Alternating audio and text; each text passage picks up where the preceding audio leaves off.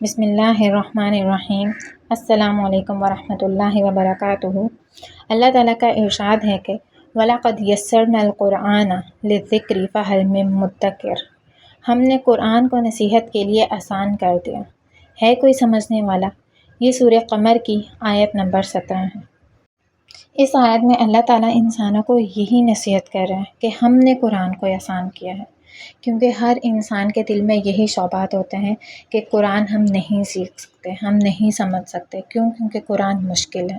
تو اللہ تعالیٰ اس آیت میں یہی فرماتے ہیں کہ ہم نے قرآن کو نصیحت کے لیے آسان کر دیا ہے، یعنی قرآن آسان ہے، مشکل نہیں ہے۔ ہے کوئی سمجھنے والا؟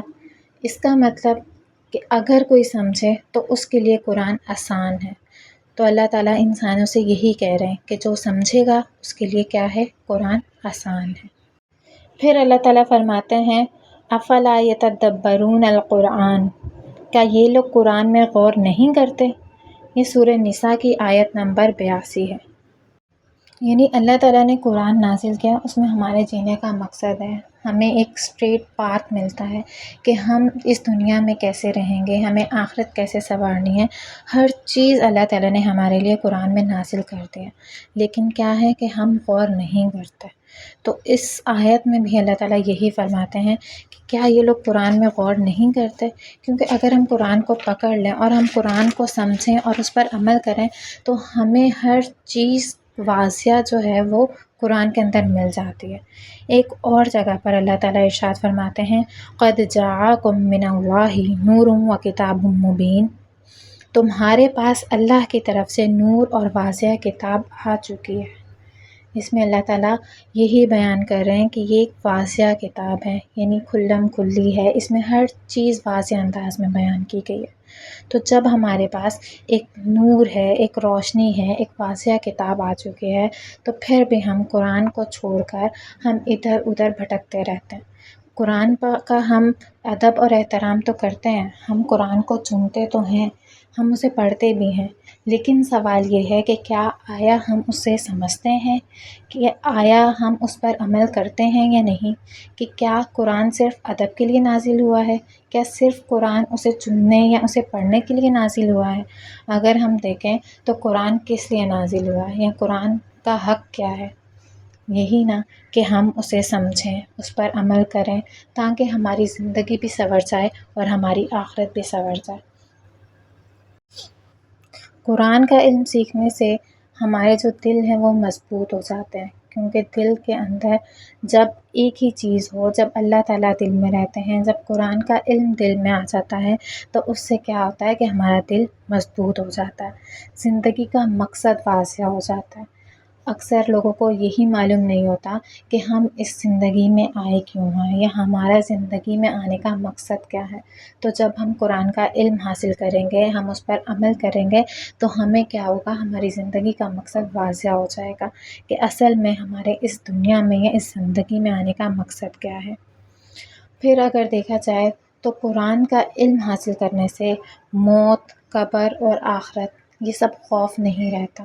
ہر انسان کو موت کا ڈر ہوتا ہے، یا اگر آپ دیکھیں تو ہر انسان جو ہے اس کو اسی بات کا خوف ہوتا ہے کہ ہمیں مرنا ہے یا ہمیں جو ہے کیا ہے، قبر تک جانا ہے۔ یہ چیز انسان کے اندر بہت زیادہ خوف پیدا کرتی ہے اور انسان بہت زیادہ ڈر جاتا ہے۔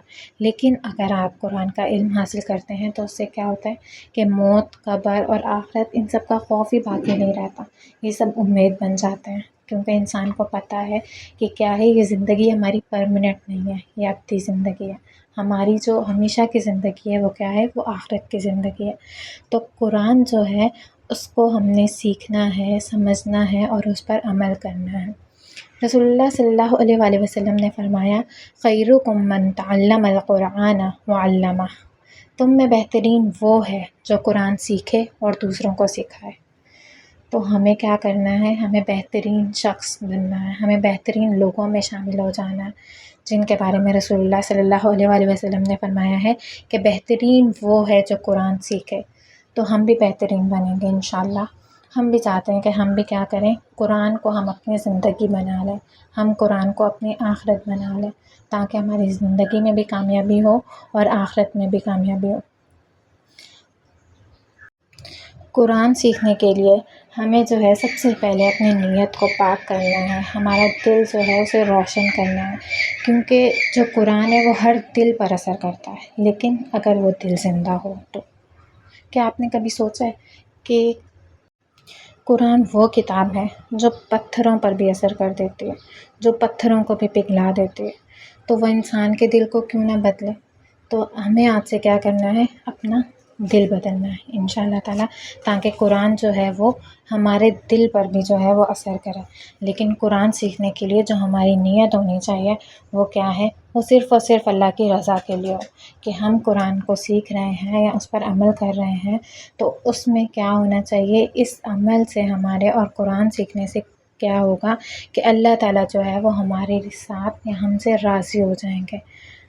ہم نے قرآن جو سیکھنا ہے وہ شہرت کے لیے یا مقابلے بازی کے لیے یا نالج کے لیے یہ نیت نہیں ہونی چاہیے، کیونکہ ہم جو نیت کرتے ہیں اسی کا ہمیں کیا ہوتا ہے، اجر ملتا ہے۔ جیسے حدیث ہے کہ انما الاعمال بالنیات، بے شک اعمال کا دار و مدار نیتوں پر ہے۔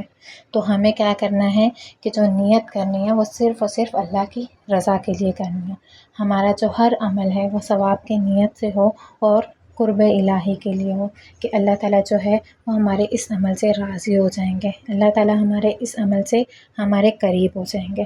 تو ہمیں کیا کرنا ہے، دل سے دعا کرنی ہے، اللہم انفعنی بما علمتنی وعلمنی ما ینفعنی، یا اللہ جو مجھے سکھایا ہے اس سے مجھے نفع دے، اور وہ سکھا جو مجھے نفع دے۔ اور ہمیں جو بھی پڑھنا ہے، جو بھی سیکھنا ہے، اس میں ہمیں سب سے پہلے کیا کرنا ہے کہ ہم کوئی بھی آیت سیکھ لیں، روزانہ کی ہر آیت کے بارے میں ایک ریفلیکشن لکھنا ہے۔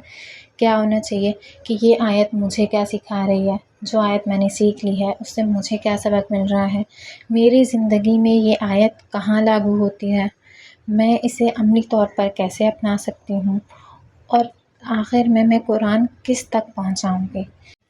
جب دل اللہ سے جڑتا ہے تو علم آسان ہو جاتا ہے، راستہ روشن ہو جاتا ہے۔ اللہ سے مدد مانگیں تو راستہ آسان کر دیا جاتا ہے۔ اگر آپ کو جاننا ہو کہ قرآن پڑھنے کا حق کیا ہے تو حضرت محمد صلی اللہ علیہ وآلہ وسلم کی زندگی دیکھیں۔